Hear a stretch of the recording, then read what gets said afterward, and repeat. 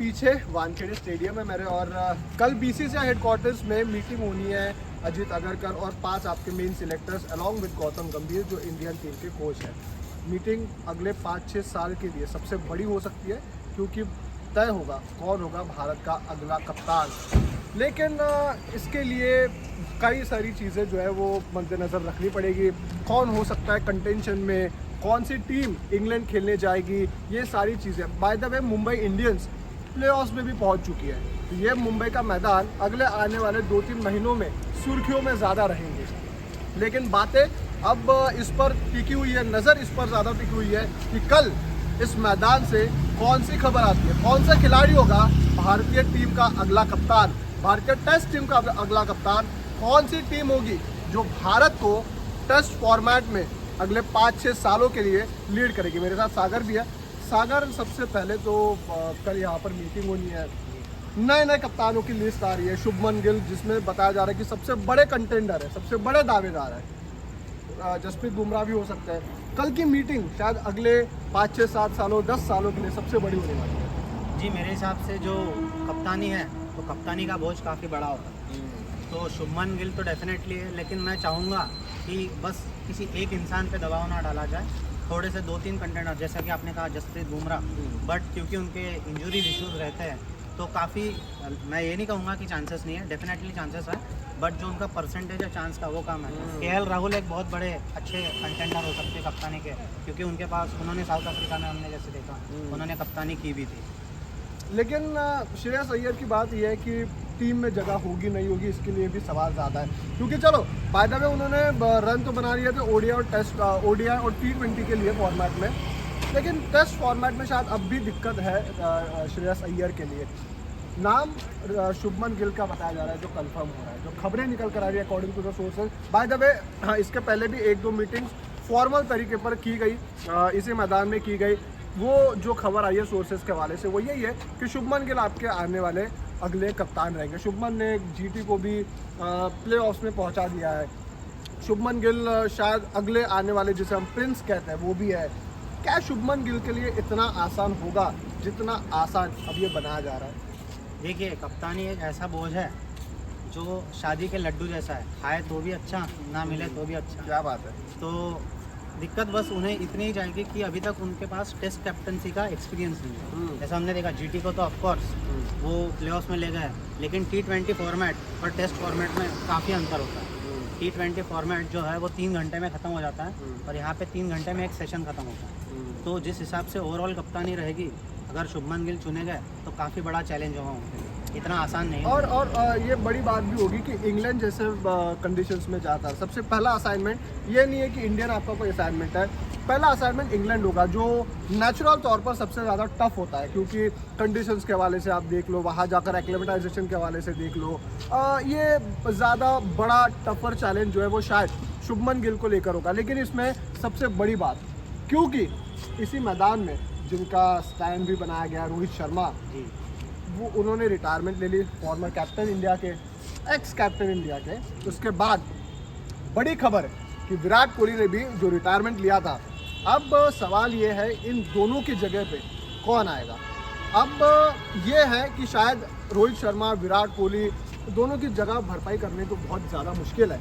लेकिन इस वक्त जो खबरें आ रही है, टोटली एक नया स्क्वाड इंडिया को शायद कल दिख सकता है, जिसमें शुभमन गिल चौथे नंबर पर खेलते हुए दिखेंगे, जो कि विराट कोहली का ओरिजिनल पोजीशन था।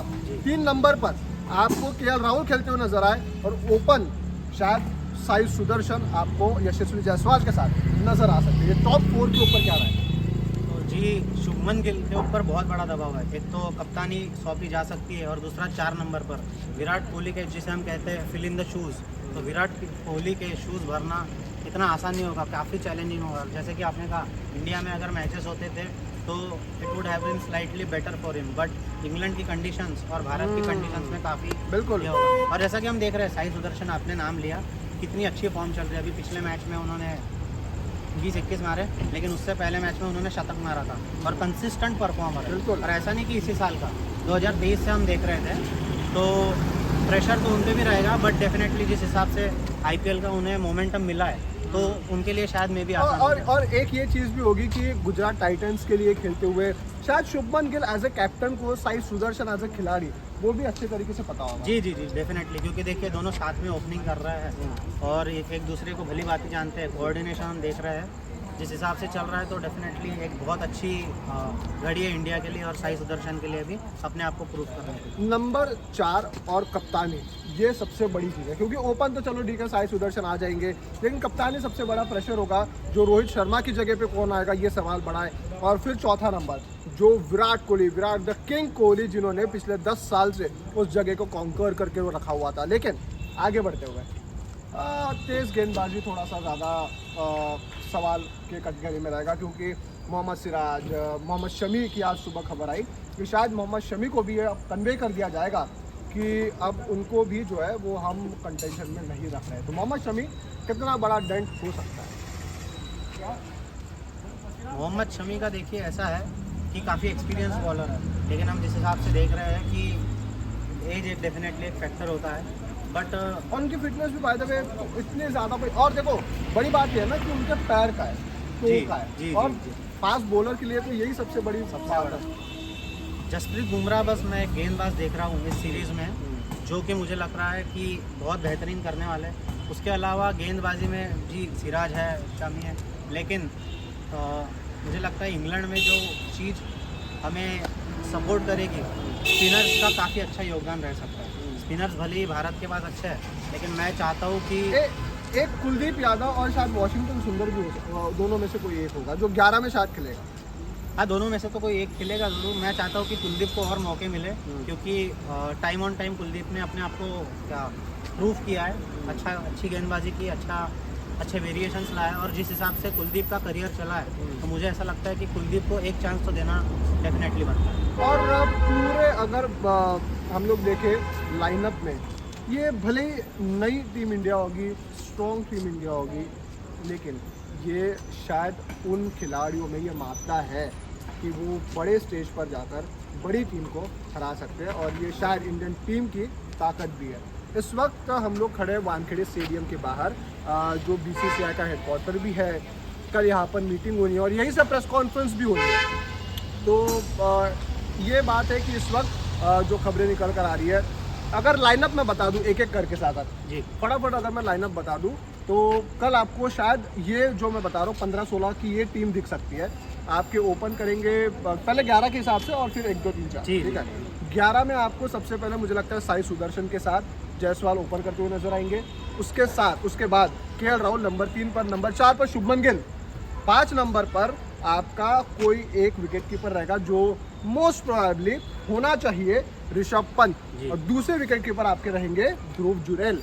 उसके बाद एक और बल्लेबाज के साथ आप जाओगे, मे बी वो थोड़ा सा ट्रिकी होगा कि क्या ऋतुराज गायकवाड़ हो सकते हैं या किसी और बल्लेबाज को आप चांस देते हैं, ये भी देखना होगा। श्रेयस अय्यर, बाय द वे जैसे आपने बात करी, श्रेयस अय्यर क्या नंबर 6 पर खेलते हुए नजर आएंगे, यह सबसे बड़ा सवाल होगा। उसके बाद शार्दुल ठाकुर जो मुंबई के ही है, शायद उनको भी एक मौका मिल सकता है उस टीम में। नीतीश कुमार रेड्डी, जिन्होंने बॉर्डर गावस्कर ट्रॉफी में आपको याद होगा जिस तरीके से शतक बनाया मेलबर्न में, और गेंदबाजी भी काफ़ी अच्छी रही, नीतीश कुमार रेड्डी वहाँ पर होंगे। और उसके बाद आपके स्पिनर्स कुलदीप यादव, वॉशिंगटन सुंदर, एक और स्पिनर शायद वहाँ पर एड ऑन हो जो मुंबई से ही हो सकते हैं, अंडर 19 के खिलाड़ी, कंफर्म नहीं है लेकिन एज पर जो चीज़ें चल रही है, जो शायद बॉर्डर गावस्कर ट्रॉफी में भी जुड़े थे राइट आर्म ऑफ स्पिनर, वो भी उनका भी नाम हो सकता है। उसके बाद तेज गेंदबाजों की सूची में आपको मोहम्मद सिराज, जसप्रीत बुमराह, प्रसिद्ध कृष्णा, ये आपको अंशुल कंबोज, ये हर्षल दुबे,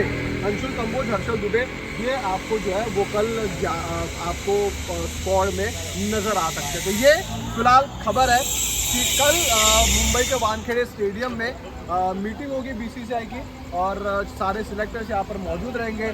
कल होगी प्रेस कॉन्फ्रेंस जहाँ पर ये ऐलान किया जाएगा कि शुभमन गिल होंगे भारतीय टीम के अगले टेस्ट कैप्टन।